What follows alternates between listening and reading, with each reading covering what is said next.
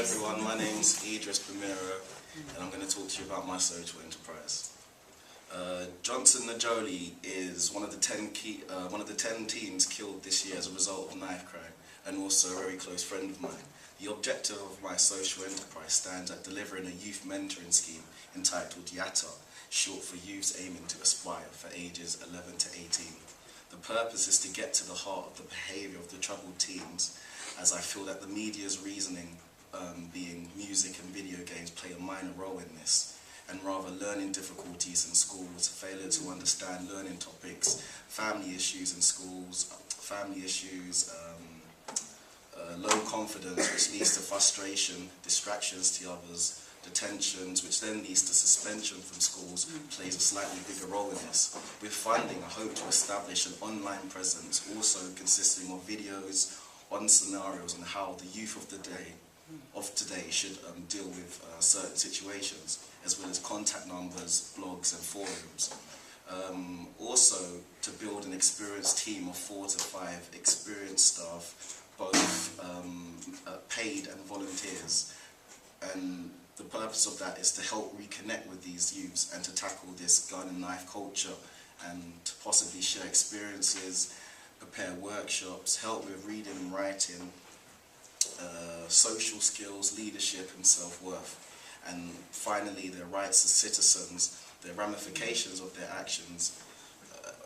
This could go on to employability possibilities, the world, and how these young people can be more productive people in society and contribute fully more to their communities. I believe with mentoring from those who have been where these teens have been and emerged a successor and felt the same emotions that these teens are going through can amount to the most positive USP to make my social enterprise a success. I see YATA, Youths Aiming to Aspire, not only in youth centres,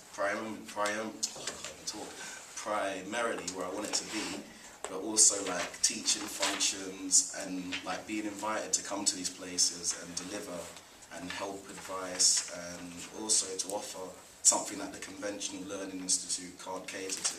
Also, I envision my social enterprise acting as an intermediary between the street mentality and a more positive mentality and way of life. Some people may even question my knowledge or experience working with young people, but I feel my passion for this current social problem fuels my drive for a better life for those who feel that they have to carry a knife. And also my experience working with young people over the years, coupled with a strong team behind me that can help and build this achievable dream, can take the nation one step closer to tackling knife and gun crime in the UK.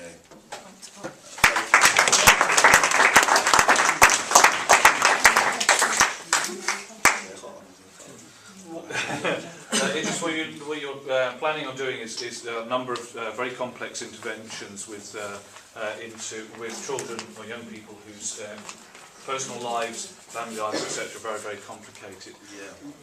How are you going to earn the money to do this? Because schools get paid by government to do this sort of work. Yeah, fair play. Like, I understood that because, like, I'm just speaking from my own experience. Because, like, when I was in secondary school, like, there wasn't anyone coming in telling me, like, yeah, don't carry a knife, and you know, don't join a gang, don't do this, don't do that. It was just like, it was supposed to, like, it was more like, yeah, you're supposed to know not to do it. Like, there was no one-on-one interaction with me. There was no one like saying, yeah, this is the ramifications of your actions if you do this. You know what I'm saying? There was no one to sit down with me and say, yeah, I've been through what you might be going through at this time. You know? So there was no one like that was on the same wavelength as me. And as well as all my other friends, because like I'm from Deptford in like southeast London, and if all my friends would have received the help that I want to give these teens, I feel that like my friends like today won't be in gangs, or they won't be like, you know what I'm saying, in the coffin kind of thing.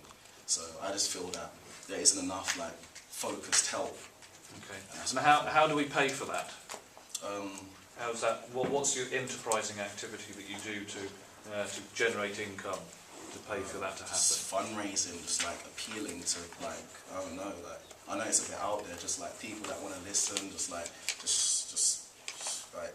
celebrities or just something, just appealing to people that want to like take notice, like just, I don't know, it's anyone that wants to listen and wants to help, basically.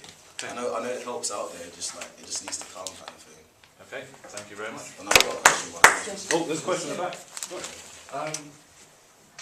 Obviously, given your idea, do you reckon there's an opportunity for like, what you're doing? Do you reckon there's a need to also go and educate teachers in certain schools in these areas? So actually do, rather than going and doing an assembly with the kids, that's great for the kids, but the teachers don't also have the knowledge or the experience that you have, because they might be driving in from a different area or may have not grown up or know that experience. So you can actually go and educate the teachers so that they can also give an insight or do what you're doing in a smaller scale, in smaller steps inside schools at a much younger age, so they can build up to what you're doing. So say that can happen with children that are between 10 and 13 or whatever, and then you've obviously got the kids can then go to you and get an even more stronger idea. In which case, teachers, schools might be able to actually pay for your services, train teachers. Yeah, like I said in my pitch, like I always said that I don't just see it in youth centres, but I see it at, you know, when teachers like have those functions when they say like,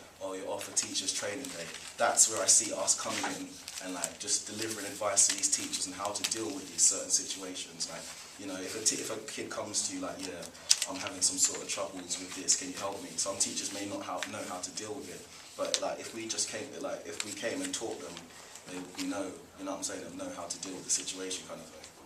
And that's how I see it. Relate to the children as well.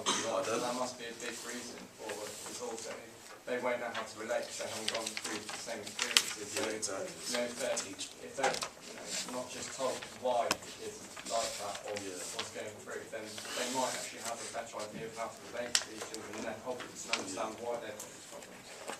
Okay. Sorry, can I ask you a question? Do you find that it's not it's hopeless at this stage, because most of these young kids, they've already gone to prison. They've come out and spent time from prison, and just looking at, is it not too late? What you're trying to achieve, because they've got a culture of. That's that. Yeah, I can understand what you're saying, but what you need to understand is like, well, I'm just speaking from like my kind of mindset. Like where I live now, like you call them like the olders of the era. Like they may go to prison, but then you've got the youngers that have seen what the olders are doing, and they either follow in their path or they have someone to try and steer them off that path and onto a more positive path. So it's not. I don't think it's ever too late, but I just feel that it needs to happen now before it is too late. So it's more like presentation. Yeah, exactly.